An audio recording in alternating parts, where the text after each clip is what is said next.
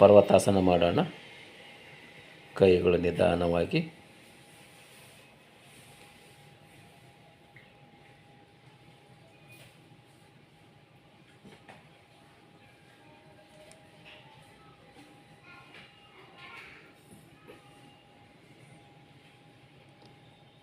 One to, ಹಾಗೆ ನಿಧಾನವಾಗಿ ಕೆಳಗಡೆ ಸ್ಲೋಲಿ ನಿಮ್ಮ ಉಸಿರಿನ ಪ್ರಕ್ರಿಯೆಯಲ್ಲೇ ಕೈಗಳು ನಿಧಾನವಾಗಿ ಕೆಳಗಡೆ ಬರಬೇಕು.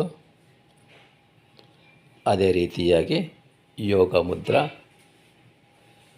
ಉಸಿರನ್ನು ಬಿಡುತ್ತಾ ನಿಧಾನವಾಗಿ ಬಗ್ಗಬೇಕು.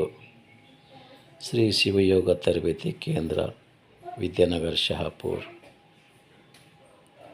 1 2. ಅದೇ ರೀತಿಯಾಗಿ ನಿಧಾನವಾಗಿ ಉಸಿರು ತೆಗೆದುಕೊಳ್ಳುತ್ತಾ ಮೇಲುಗಡೆ. ಇವೆಲ್ಲ ನಾವು ಮಾಡುವ ಆಸನಗಳು ಉಸಿರಾಟದ ಕ್ರಿಯೆಯಲ್ಲಿ ಇರ್ತದೆ. ಅದೇ ರೀತಿಯಾಗಿ ರೌಂಡ್ ಆ್ಯಂಡ್ ರೆಕ್ಟ್ಯಾಂಗಲ್, ಉಸಿರನ್ನು ತೆಗೆದುಕೊಳ್ಳೋದು ಮತ್ತು ಉಸಿರನ್ನು ಬಿಡೋದು. ಎಡದಿಂದ ಬಲಕ್ಕೆ, ಎಡದಿಂದ ಬಲಕ್ಕೆ, ಎಡಗಾಲಿಂದ ಬಲಗಡೆ ಸುತ್ತಾಕಬೇಕು. ನಿಧಾನವಾಗಿ